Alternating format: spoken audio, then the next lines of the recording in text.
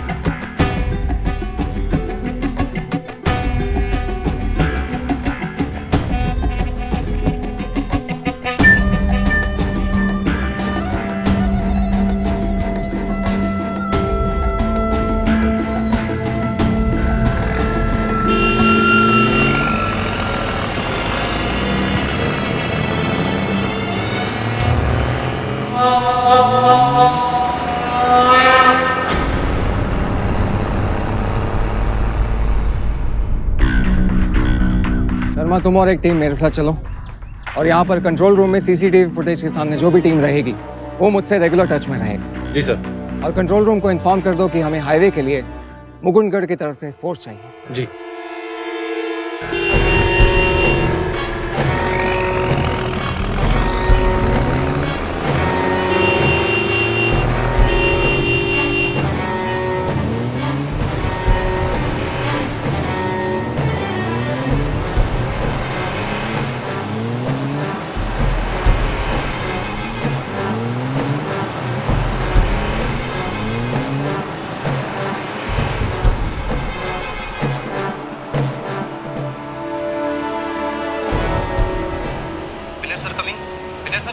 हाँ बोलो। सर ये लाल ट्रक तो नेहा की गाड़ी के आगे आगे। व्हाट? तो मुझे उनकी एग्जैक्ट लोकेशन भेजो और उनकी मूवमेंट्स मॉनिटर करते रहो। Over and out. जी sir, over and out.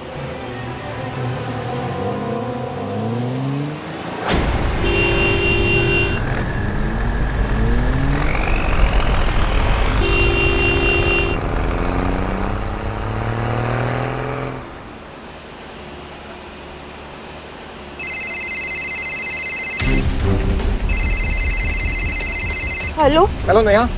Neha तुम ठीक तो? मैं ठीक हूँ विनय।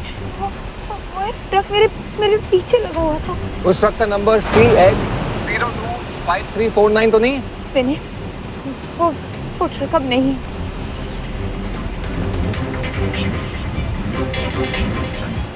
हेलो हेलो नेहा, क्या हुआ? विनय विनय वो ट्रक फिर से मेरे पीछे आ रहा है। विनय उस ट्रक का नंबर CX025439 ही है। नेहा तुम मेरी बात ध्यान से सुनो। तुम कहीं पे भी मत रुकना जब तक अगला चेक नाका नहीं आ जाता। मैं इधर से आ रहा हूँ।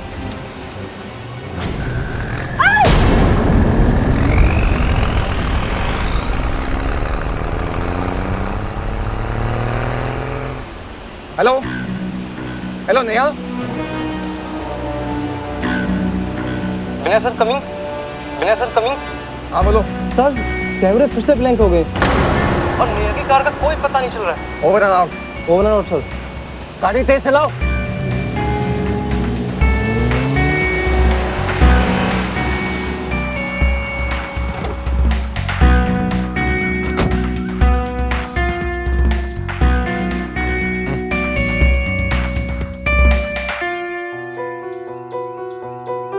सर ये तो जले हुए हैं।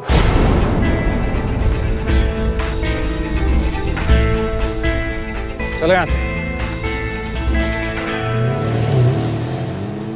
हाईवे पर खुलेआम दौड़ रहे खौफ के रहस्य से पर्दा उठाने का जो फैसला नेहा ने किया था, वो हर कदम पर उसके साहस की अग्नि परीक्षा ले रहा था। और अब शक के दायरे में आया ये संदिग्ध ट्रक लगातार हाईवे पर नेहा के साथ लुका छिपी का खेल खेल रहा था।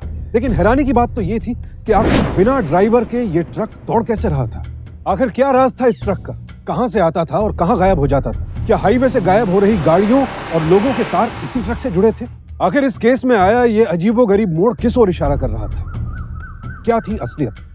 इन सवालों के जवाब किसी के पास नहीं थे। और अब यह संदिग्ध ट्रक नेहा के पीछे लग चुका था। क्या विनय समय रहते नेहा तक पहुंच पाएगा या फिर नेहा भी इस रहस्यमय हाईवे की शिकार बन जाएगी।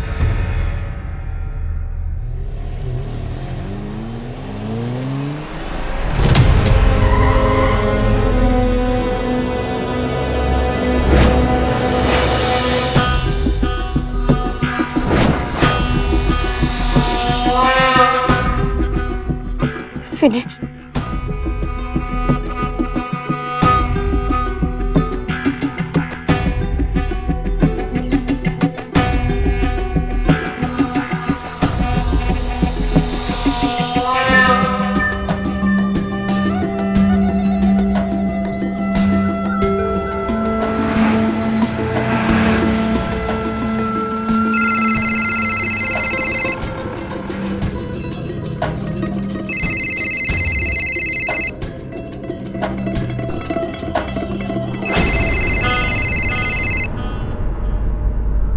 हेलो नेहा, नेहा तुम ठीक तो? मैं ठीक हूँ। और वो ट्रक? वो मेरे सामने खड़ा है विनय। ये जो कोई भी है, आज मैं इसे नहीं छोड़ूंगी। Neha, Neha don't be mad, तुम वहां से भागो। ऐसा कोई गलत कदम मत उठाना। नेहा, नेहा मेरी बात सुनो नेहा। नेहा,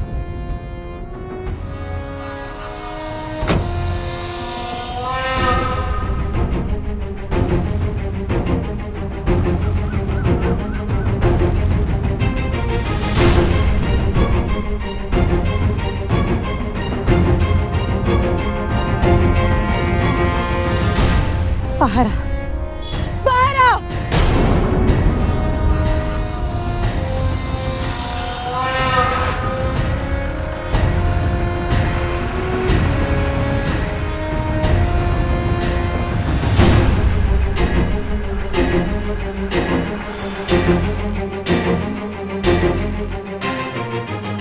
आज सिर्फ तेरी वजह से मेरा परिवार मुझसे बिछड़ गया।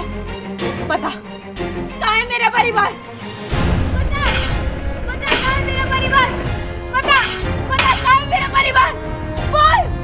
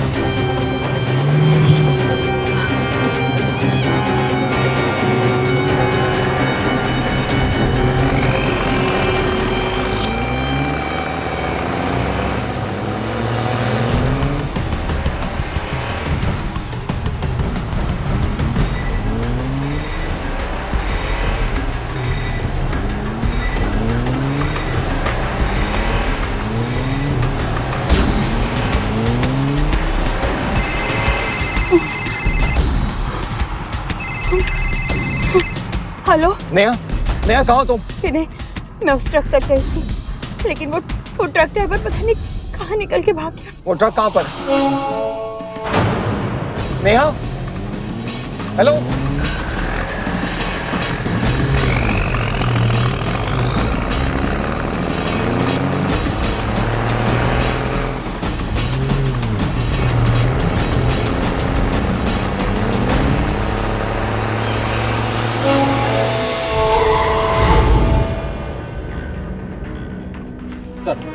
सब तरफ देखिए, कहीं कुछ नहीं मिला। चलो।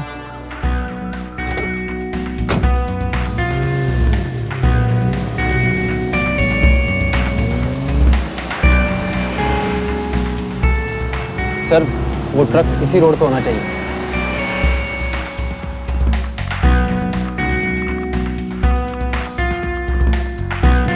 सर, सब तरफ देख लिया, कहीं कुछ नहीं मिला। हाँ बोलो। सर वो लाल ट्रक तकरीबन 60 किलोमीटर आगे देखा गया है, जहाँ से वो सीसीटीवी कैमरे बंद हुए थे। मैं नेहा को भी नहीं बचा पाया। चलो।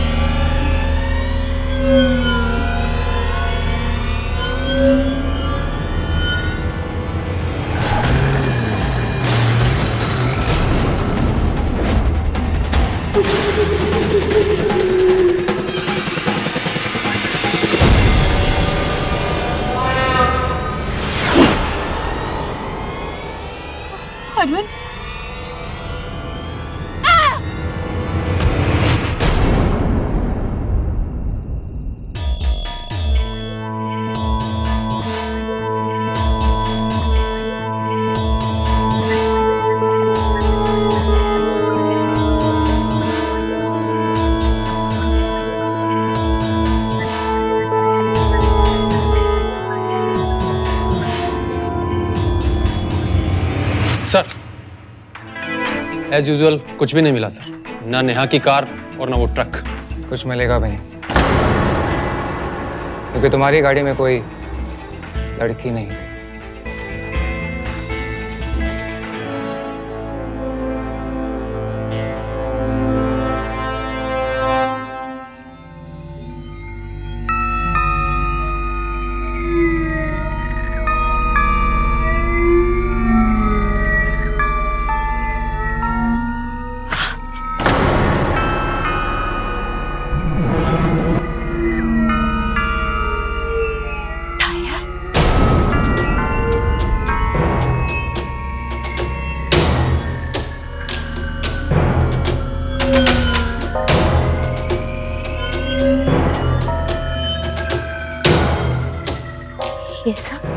ये सब तो गाड़ियों के पार्ट्स हैं।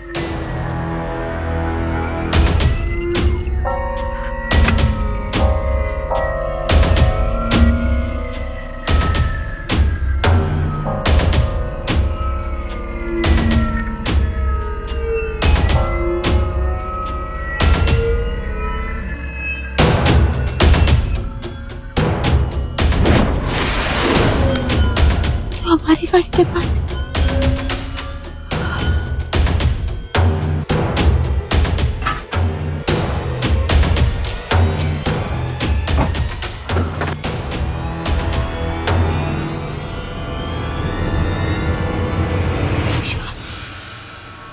ये तो ईशा की ढोल है। ईशा।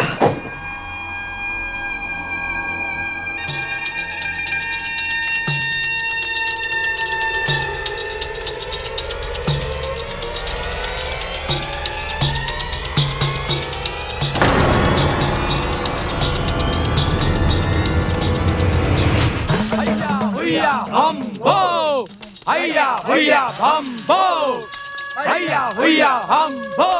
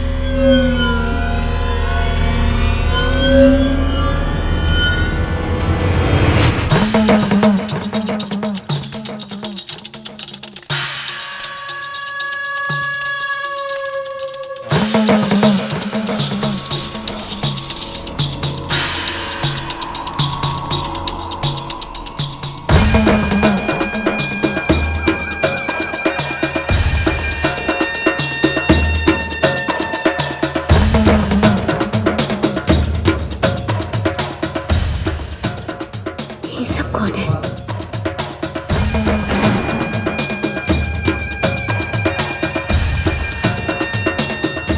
नेहा की आंखों के सामने जो मंजर गुजर रहा था वो बेहद ही डरावना और हैरान कर देने वाला था। एक अजीब सी साधुओं की टोली एक घने जंगल के बीचों बीच एक हैरत अंगेज साधना में जुटी हुई थी, जहां इंसानों को बड़ी बेरहमी से बंदी बनाकर रखा गया था। नेहा तो सही सलामत थी, पर कहां थी? आखिर कौन सी जगह थी ये जहां पर इतने सारे गाड़ियों के पार्ट्स मिले? डरी सहमी नेहा इस रहस्य को तोड़ना चाहती थी, पर इस वक्त उसके लिए उसके परिवार से ज्यादा जरूरी और कुछ नहीं था। और तो और नेहा को वो डॉल भी मिली जो उसकी बेटी ने कार में लगाई थी। नेहा ये तो जान गई थी कि उसके गाड़ी के पार्ट्स भी यहीं थे, पर उसके परिवार वाले जिंदा थे या नहीं, इसका कुछ नहीं पता था। हुइया हम हो, हैया हुइया हम हो, हैया हुइया हम हो, हैया हुइया हम हो, हैया हुइया।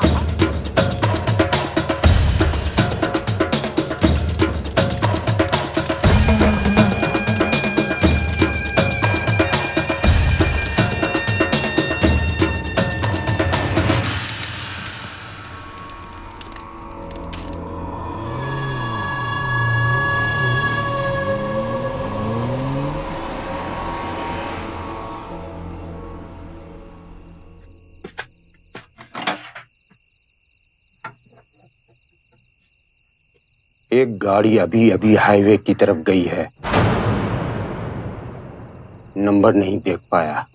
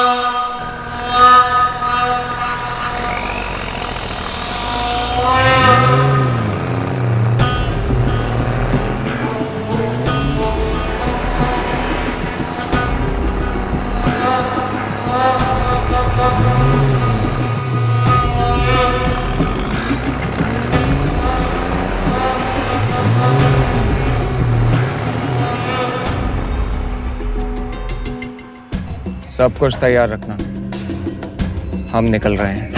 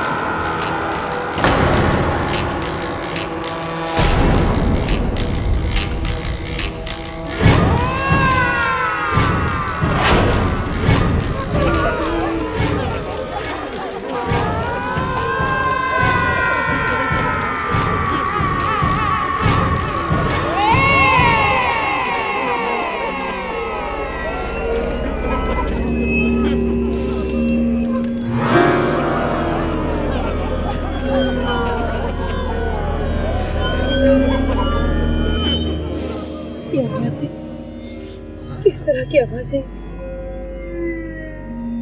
ये ईशा, पल्लवी और अरुण यही तो नहीं?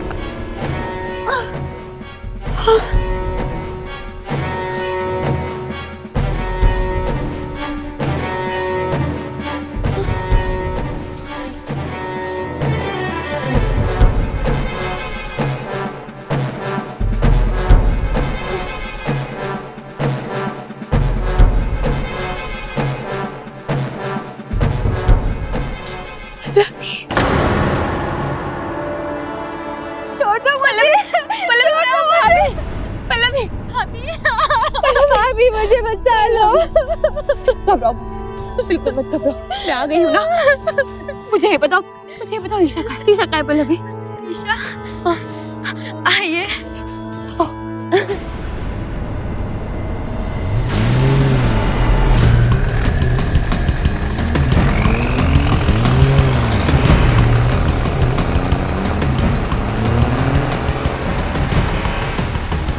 रुको रुको, लेफ्ट में रुको।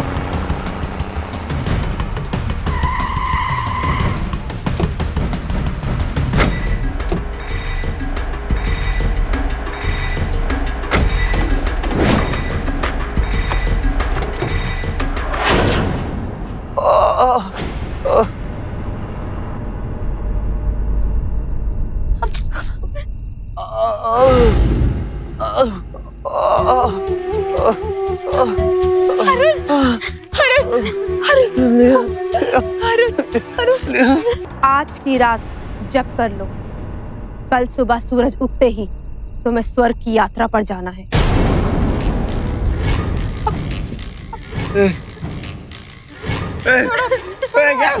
क्या करे लिया?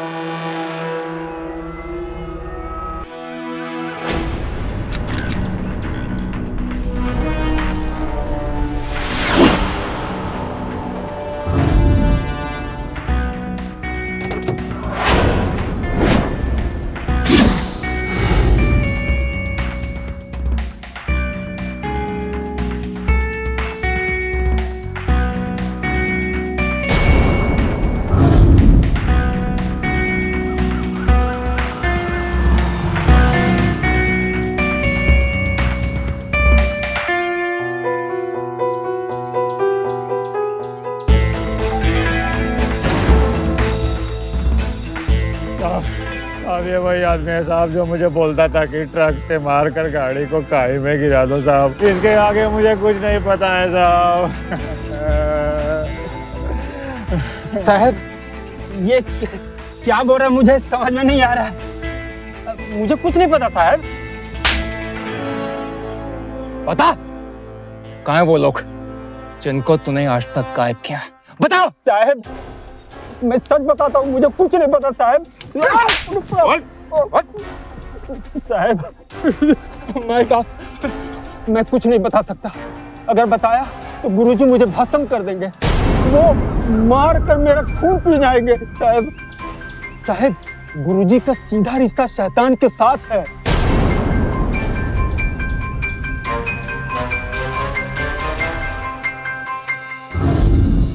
हाईवे पर जो ट्रक गाड़ियों पर हमला करता था वो तो पकड़ा जा चुका था, लेकिन नेहा अब भी एक सुनसान जंगल में भटक रही थी जहां से उसका निकल पाना नामुमकिन लग रहा था। विनय ने जब पेट्रोल पंप के अटेंडेंट से पूछताछ की थी तो उसने एक गुरुजी का नाम लिया था। क्या यह वही गुरु था जिसे नेहा ने जंगल में देखा था? ट्रक का रहस्य तो खुल चुका था, लेकिन हाईवे का रहस्य खुलना अभी बाकी था। क्या नेहा सही सलामत थी? क्या विनय नेहा और उसके परिवार को वक्त रहते बचा पाएगा? हैया होया हैया हम हो, हैया होया हम हो, हैया होया हम हो, हैया होया हम हो, हैया होया हम हो, हैया होया हम हो।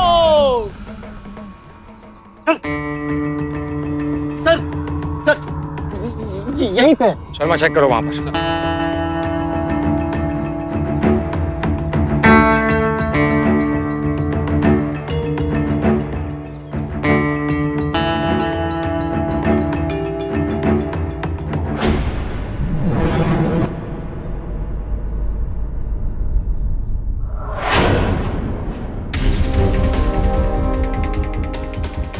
सर, हाँ सर ये देखिए,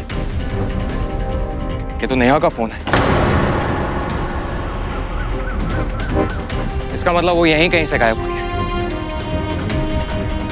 सर मुझे भागा, पकड़ो उसे।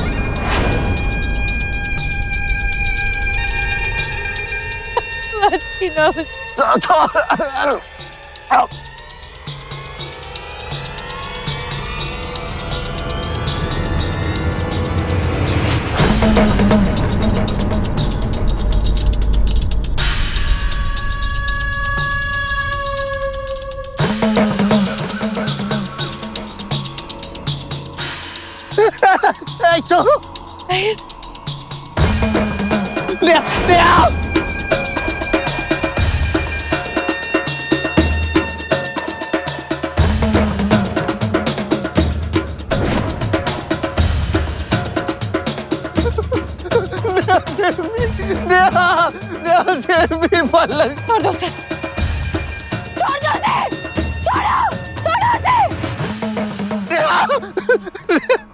नहीं, नहीं, छोड़ दो उसे।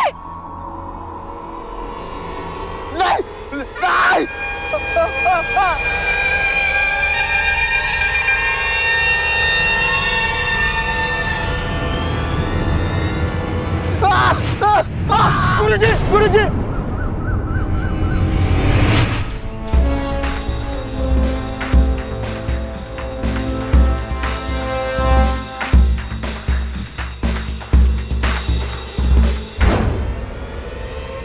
गुरुजी मुझे बचा लीजिए, गुरुजी मुझे बचा लीजिए, गुरुजी, गुरुजी मुझे बचा लीजिए गुरुजी। पुलिस को ट्रक वाली बात पता चल गई है गुरुजी, वो मेरे पीछे पड़ी हुई है। बड़ी मुश्किल से अपनी जान बचा के यहाँ पे आया हूँ गुरुजी, लेकिन मैंने उन्हें आपके आश्रम के बारे में कुछ नहीं बताया गुरुजी। गुरुजी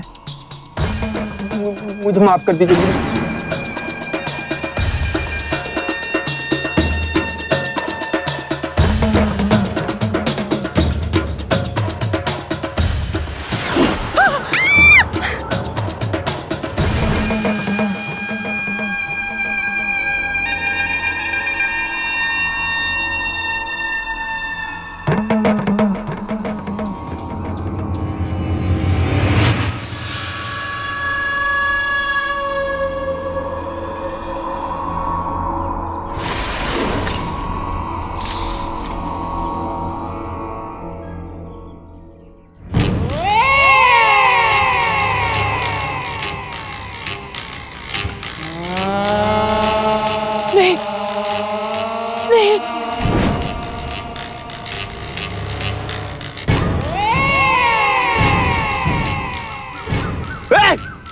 छोड़ उसको।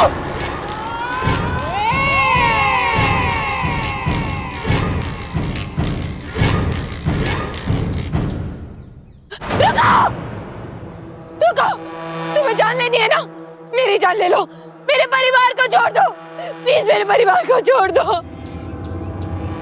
नहीं, छोड़ो मुझे। पल्लवी, अरुण,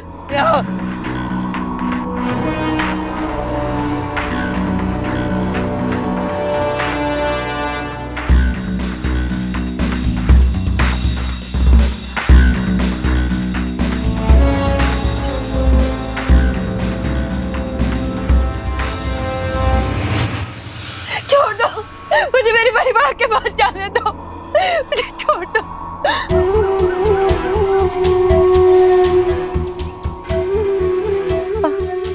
कुछ दिनों पहले ये लोग मेरी बेटी और मुझे यहाँ पर इसी तरीके से बांध कर ले आए थे और उन लोगों ने मेरी बेटी को मार डाला। आज मैं तुम लोगों को बचा कर ये सोच रही हूँ कि मैं अपनी बेटी को बचा रही हूँ।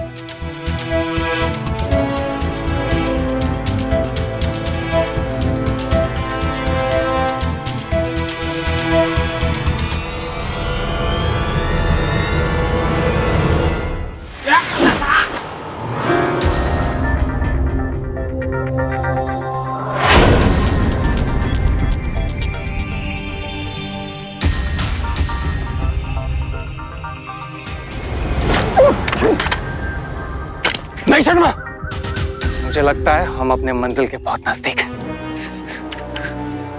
चलो।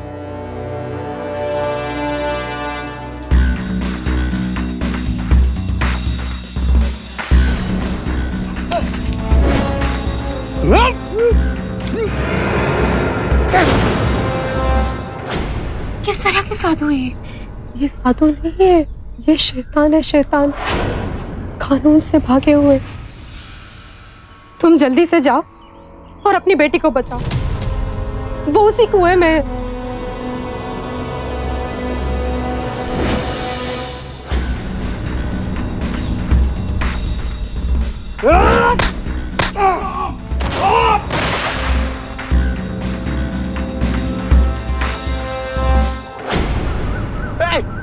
छोड़ उसको, छोड़, छोड़, उसका कुछ मत करना। छोड़,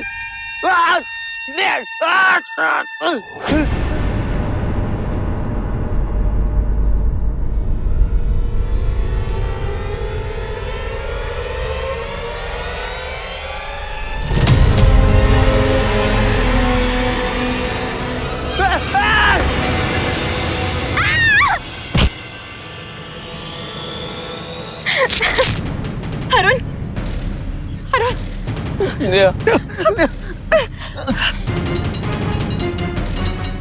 अरुण, ईशा, ईशा, ईशा।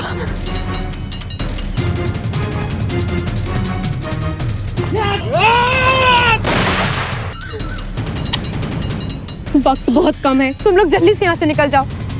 आगे सूखे पत्तों की दीवार मिलेगी, वो दीवार नहीं, बाहर जाने का रास्ता है।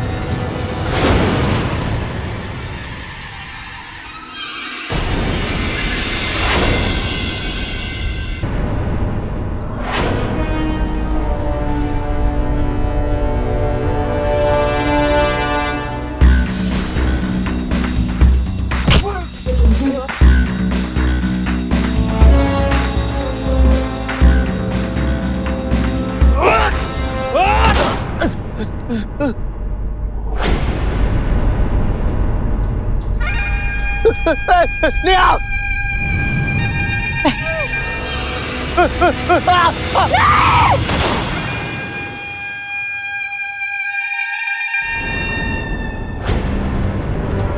रुको, नहीं तो गोली मार दूंगा।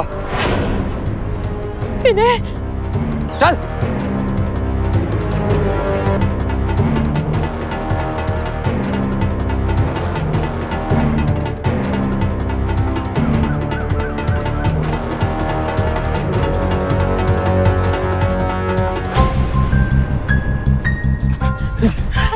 भस्म होगा तू। अब बोला ना तो तुझे भस्म कर दूंगा। अब पुलिस स्टेशन ना केस, सीधा, समझ गया ना?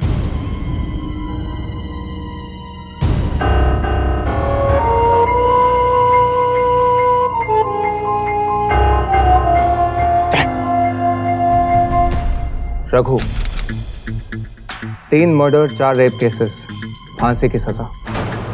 पांडे, अपनी माँ का खून करके उसके टुकड़े करके पानी में फेंक दिया, उम्र कैद। विशंबर, गैंग रेप, फिरौती, 14 साल की सजा काट रहा था। और ये है उनका सरदार पिंटू, छोटा कट्टा, लड़कियों की स्मगलिंग। बाप चाहता था कि ये फौज में भर्ती हो, लेकिन इसके इरादे कुछ और ही थे। इसने अपने बाप का ही खून कर दिया और जिस लड़की से इसकी शादी होने वाली थी उसका भी खून कर दिया और भाग गया। मौत की सजा सुनाई गई थी इसे। 1 साल पहले वाराणसी जेल में एक जेलर की हत्या करके ये 13 खतरनाक कैदी फरार हो गए।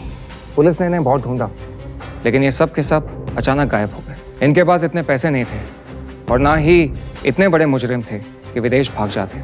इसलिए इन्होंने साधुओं का वेश अपनाया, जिससे कि उन्हें कोई पहचान ना सके। और फिर उसके बाद हाईवे पर उन्होंने अपना ये खतरनाक खेल शुरू कर दिया। बस सर, ये ट्रक से कार को धक्का देता था, वो लोग कार को अंदर ले जाते थे और आदमियों को मार के उनका खून पिया जाता है।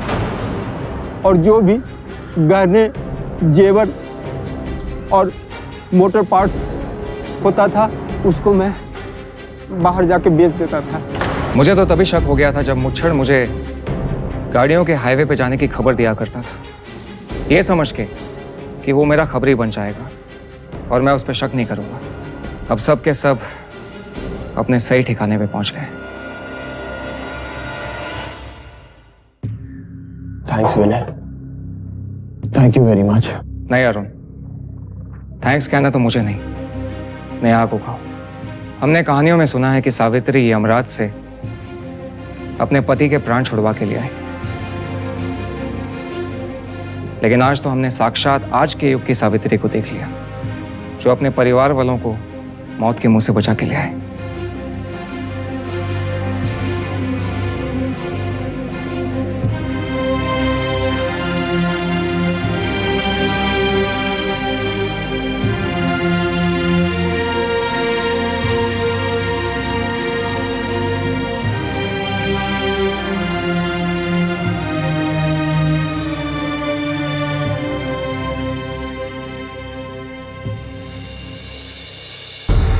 पूछताछ के दौरान ये पता चला कि ये सभी साधु असल में जेल से भागे हुए कैदी थे, जिन्हें इस पागल साधु ने शरण दी थी और उन्हें अमर बनाने के बेतुके सपने दिखाए थे।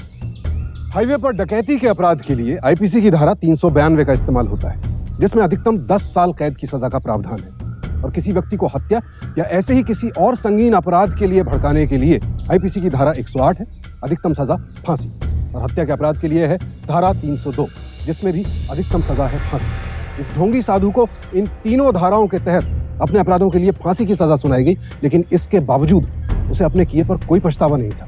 हमारे देश में ऐसे कई अंधविश्वास फैले हुए हैं, जैसे कि बिल्ली का रास्ता काटना, साधु महात्मा के कहने पर किसी की बलि चढ़ा देना वगैरह वगैरह। हम आज तक इन्हें नहीं मिटा पाए हैं। पाखंड का ये व्यवसाय हर रोज न जाने कितने लोगों का सुख चैन छीनता है। इसीलिए हमारी आप सबसे विनती है कि ऐसे लोगों से सावधान रहें और ईश्वर के प्रति अपनी श्रद्धा, अपनी भक्ति को अंधविश्वास की चादर ओढ़कर पागलपन में तब्दील न होने दें। इस हैरान कर देने वाले अपराध में जिस तरीके से वारदात को अंजाम दिया गया था, उस पर भी गौर करना बेहद जरूरी है। ये अपराधी इतना शातिर था कि उसने अपने जुर्म को दैवी शक्ति का चोला पहना रखा था। ऐसा लग रहा था कि गायब होने वाली गाड़ियां और वो सवारियां किसी अलौकिक शक्ति की शिकार हो रही थी, जबकि ऐसा कुछ भी नहीं था। इसलिए बेहद जरूरी है कि ऐसी अफवाहों को हमेशा अपनी समझ की कसौटी पर परखें, जैसा कि नेहा ने की, और उसी की दिलेरी की वजह से डर और दहशत के एक पूरे प्रपंच का खात्मा हो सका। अब हमें इजाजत दीजिए, आपसे फिर होगी मुलाकात। सावधान रहिए, सतर्क रहिए, सुरक्षित रहिए। सावधान इंडिया, इंडिया फाइट्स बैक।